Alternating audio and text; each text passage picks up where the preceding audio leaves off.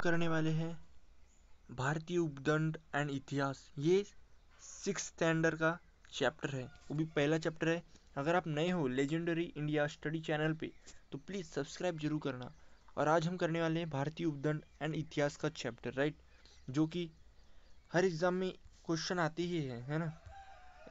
That is NCERT. हाँ, इतिहास घटक आणि भौगोलिक वैशिष्ट्ये। इतिहासाची घटक आणि भौगोलिक वैशिष्ट्ये इयत्ता 5वीत आपण मानव आणि त्यांच्या भोवतालच्या परिसरात यांची परस्परांशी कशा घनिष्ठ संबंध असतो हे विस्ताराने पाहिले. आदिमानवाच्या जीवनमानातील आणि तंत्रज्ञानातील बदल त्यांच्या परिसरातील बदलाशी कसे जोडतात होते हे पाहिले. अश्मयुगीन संस्कृती ते नदीकाठच्या कृषीप्रधान संस्कृती हा मानवी संस्कृतीच्या इतिहासाचा प्रवास कसा घडला याचा आपण आढावा घेतला. इतिहास म्हणजे मानवी संस्कृतीच्या प्रवासाचे घडलेले सर्व प्रकारचे भूतकालीन घटनांची सुसंगत मांडणी. स्थल, काल, व्यक्ती व समाज हे इतिहासाचे 4 प्रमुख आधारस्तंभ आहेत. ये क्वेश्चन आता है, स्थल, काल, व्यक्ती व समाज हे इतिहासाचे 4 प्रमुख आधारस्तंभ आहेत. या 4 घटनाशिवाय इतिहास लिहिला जाऊ शकत नाही. यापैकी स्थल हा घटक भूगोलाशी म्हणजेच भौगोलिक परिस्थितीतील संबंधित आहे. इतिहास व भूगोल यांचे नाते अतूट आहे. भौगोलिक परिस्थितीत इतिहासावर अनेक प्रकारे परिणाम करत असते. तुमच्या परिसरात कोणकोणते व्यवसाय आहेत हे क्वेश्चन है. तुमच्या परिसरात कोणकोणती पिके घेतली जातात. चलो अभी आते यहाँ पे इतिहास. आहार, वेशभूषा, घर बांधणी, व्यवसाय इत्यादी गोष्टी बऱ्याच अशी आपण राहतो त्या परिसराचे भौगोलिक वैशिष्ट्यावर अवलंबून असतात. ये घराची प्रकार है ना, राइट. समाज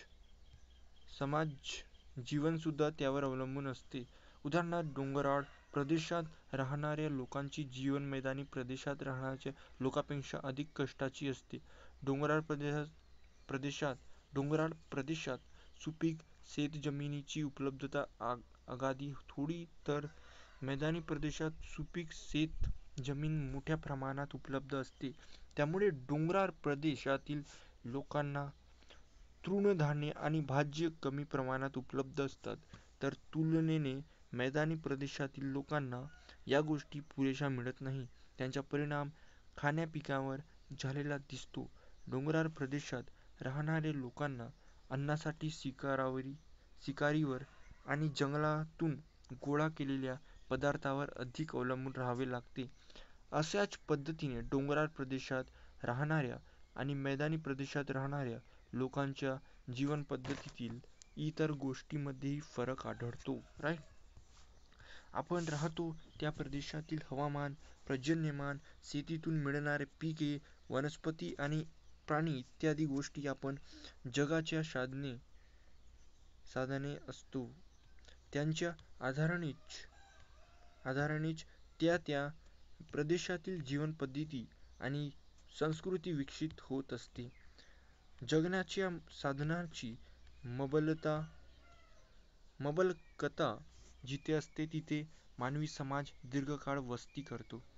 कालांतराने या वस्त्यांची ग्राम, वसाहती आणि नगरे यात रूपांतर होते.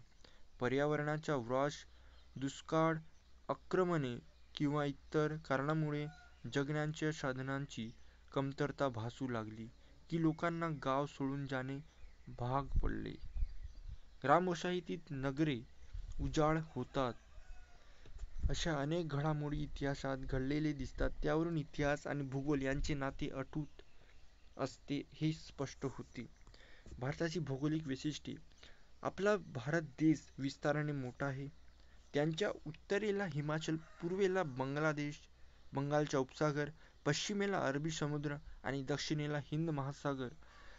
भारताची अंदमान निकोबार आणि लक्षद्वीप ही बेटे वगळता उरलेले प्रदेश भौगोलिकदृष्ट्या सलग आहे. प्राचीन भारताचा इतिहास शिकत असताना आपल्याला हा भूप्रदेश लक्षात घ्यावा लागतो. त्यांचाच उल्लेख आपण प्राचीन भारत अशा करणार आहोत. आजच्या पाकिस्तान आणि बांगलादेश इसवी सन 1947 पूर्वी भारताचा भाग होता. भारतीय इतिहासाच्या जडणघडणीचा विचार केला तर खालील 6 भूप्रदेश महत्त्वाचे ठरतात. हिमालय, सिंधू, गंगा, ब्रह्मपुत्र नद्यांचे मैदानी प्रदेश, थरचे वाळवंट, दख्खनचे पठार, समुद्रकिनारीचे प्रदेश, समुद्रातील बेटे, हे हिमालय पर्वत.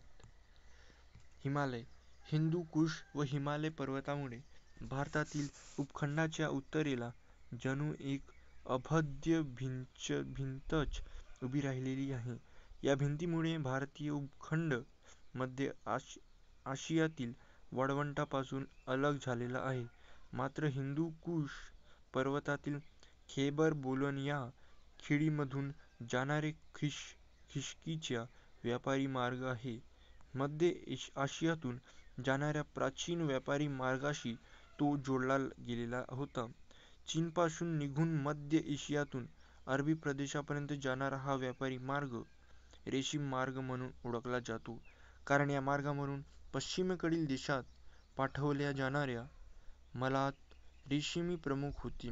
याच खिंडीतील मार्गावर अनेक परदेशी आक्रमणकांनी प्राचीन भारतात प्रवेश केला. अनेक परदेशी प्रवासी या मार्गाने भारतात आले. खैबर खिंडी, सिंधू, गंगा, ब्रह्मपुत्र नद्यांचे मैदानी प्रदेश. सिंधू, गंगा आणि ब्रह्मपुत्र या 3 मोठ्या नद्या आणि त्यांच्या उपनद्या यांच्या खोऱ्यांचा हा प्रदेश आहे. हा प्रदेश पश्चिमेकडे सिंध, पंजाबपासून पूर्वेकडे सध्याच्या बांगलादेशपर्यंत पसरलेला आहे. भारतातील सर्वाधिक प्राचीन नागरिक हडप्पा संस्कृती आणि त्यानंतर प्राचीन गणराज्य आणि साम्राज्य यांचे प्रदेश उदयाला आले आहे. आफ्रिका खंडातील सहारा वाळवंट हे जगातील सर्वात मोठे वाळवंट आहे. कोणते? आफ्रिका खंडातील सहारा वाळवंट, राईट. थरचे वाळवंट राजस्थान, हरियाणा आणि गुजरात या प्रदेशातील काही भागांमध्ये पसरलेले आहे. त्यांचा काही भाग आजच्या पाकिस्तानातही आहे. उत्तरेला सतलज नदी, पूर्वेला अरवली पर्वताच्या रांगा, दक्षिणेला कच्छचे रण आणि पश्चिमेला सिंधू नदी. हिमाचल प्रदेशाची उगम पावणारी घंगर नावाची नदी थरांच्या वाळवंटात पोहोचते. पाकिस्तानमध्ये तिला हक्रा या नावाने ओळखतात. राजस्थान आणि पाकिस्तानमधील तीच पात्र असता कोरडे पडलेले त्या कोरड्या पत्राच्या प्रदेशात हडप्पा संस्कृतीची अनेक स्थळे विखुरली आहेत.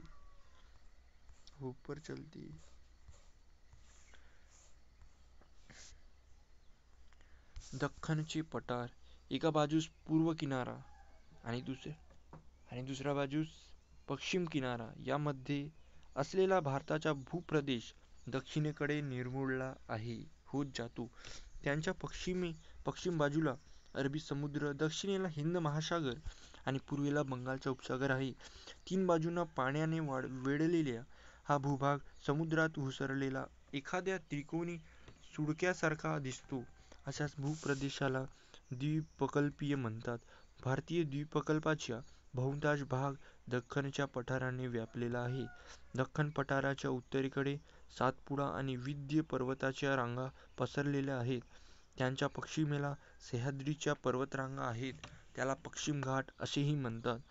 सह्याद्रीच्या पश्चिम पायथ्याशी कोकण आणि मलबारच्या किनारपट्टीचा प्रदेश आहे. दख्खन पठाराच्या पूर्वेकडील डोंगरांना पूर्व घाट असे म्हटले जाते. या पठारावरील जमीन सुपीक असते. तिथे हडप्पा संस्कृतीच्या नंतरच्या काळात अनेक कृषिप्रधान संस्कृती नांदत होत्या. मौर्य साम्राज्य हे प्राचीन भारतातील सर्वाधिक मोठे साम्राज्य होते आणि दख्खनच्या पठाराचा समावेश या साम्राज्यात झालेला होता. मौर्य साम्राज्यानंतरही इथे अनेक छोटे मोठे साम्राज्य होऊ गेले. समुद्र किनाऱ्यातील प्रदेश, प्राचीन भारतात हडप्पा संस्कृतीच्या काळापासून पश्चिमेकडील देशाची व्यापार चालत असे. हा व्यापार सागरी मार्गाने केला जाई, त्यामुळे भारतातील समुद्रकिनाऱ्यावर बंदरातून परदेशातील संस्कृतीशी आणि लोकांशी भारताचा संपर्क आणि देवाणघेवाण होत असे. नंतरच्या काळात खुष्कीच्या मार्गानेही म्हणजेच जमिनीवर व्यापार आणि दळणवळण सुरू झाले, तरीही सागरी मार्गाचे महत्त्व कायम राहिले. समुद्रातील बेटे अंदमान आणि निकोबार ही बंगालच्या उपसागरातील भारतीय बेटे आहेत. तसेच लक्षद्वीप हा भारताच्या बेटांचा समूह अरबी समुद्रात आहे. प्राचीन काळात समुद्र व्यापारात या बेटांचे स्थान महत्त्वाचे असावे. पेरिप्स ऑफ द एरिथ्रियन सी ये नकाशा देख लीजिए, म्हणजे तांबड्या समुद्राचे माहिती पुस्तक. That is a questions. ये क्वेश्चंस बहुत इम्पॉर्टंट है. पेरिप्स ऑफ द एरिथ्रियन सी म्हणजेच तांबड्या समुद्राचे माहिती पुस्तक. या पुस्तकात भारतीय बेटांचा उल्लेख आहे. हे पुस्तक एका अनामिका ग्रीक खलाशाने लिहिलेले आहे. भारताचे नकाशे आराखड्याने खालील ठिकाणी नोंद केलेले आहे.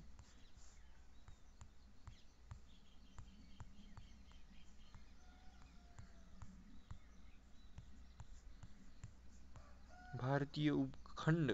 हडप्पा आणि मोहनजोदडो ही शहरे आजच्या पाकिस्तान आहे. कहाँ पे है? हडप्पा आणि मोहनजोदडो ही शहर आजच्या पाकिस्तानात आहे.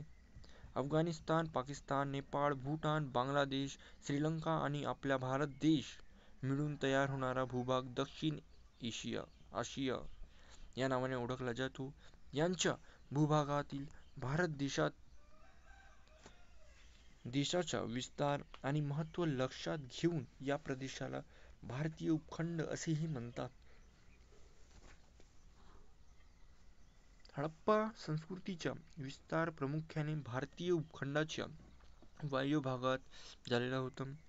चीन आणि म्यानमार हे आपण शेजारीचे देश आणि दक्षिण आशिया किंवा भारतीय उपखंड असा हिस्सा नाहीत. तरीही प्राचीन भारताशी त्यांचे ऐतिहासिक संबंध आले होते. प्राचीन भारताच्या इतिहासाच्या भारतात अभ्यासात त्यांचे महत्त्वाचे स्थान आहे. अगर हे व्हिडिओ तुम्हाला आवडले असेल तर आपल्या मित्रांना शेअर करा आणि सबस्क्राईब पण करा. आणि हे व्हिडिओ खूप महत्त्वाचे आहे for all competitive exams, right. तो आपल्या मित्रांना आत्ताच करा, राईट. मिळूया दुसऱ्या चॅप्टरमध्ये. तर बाय बाय.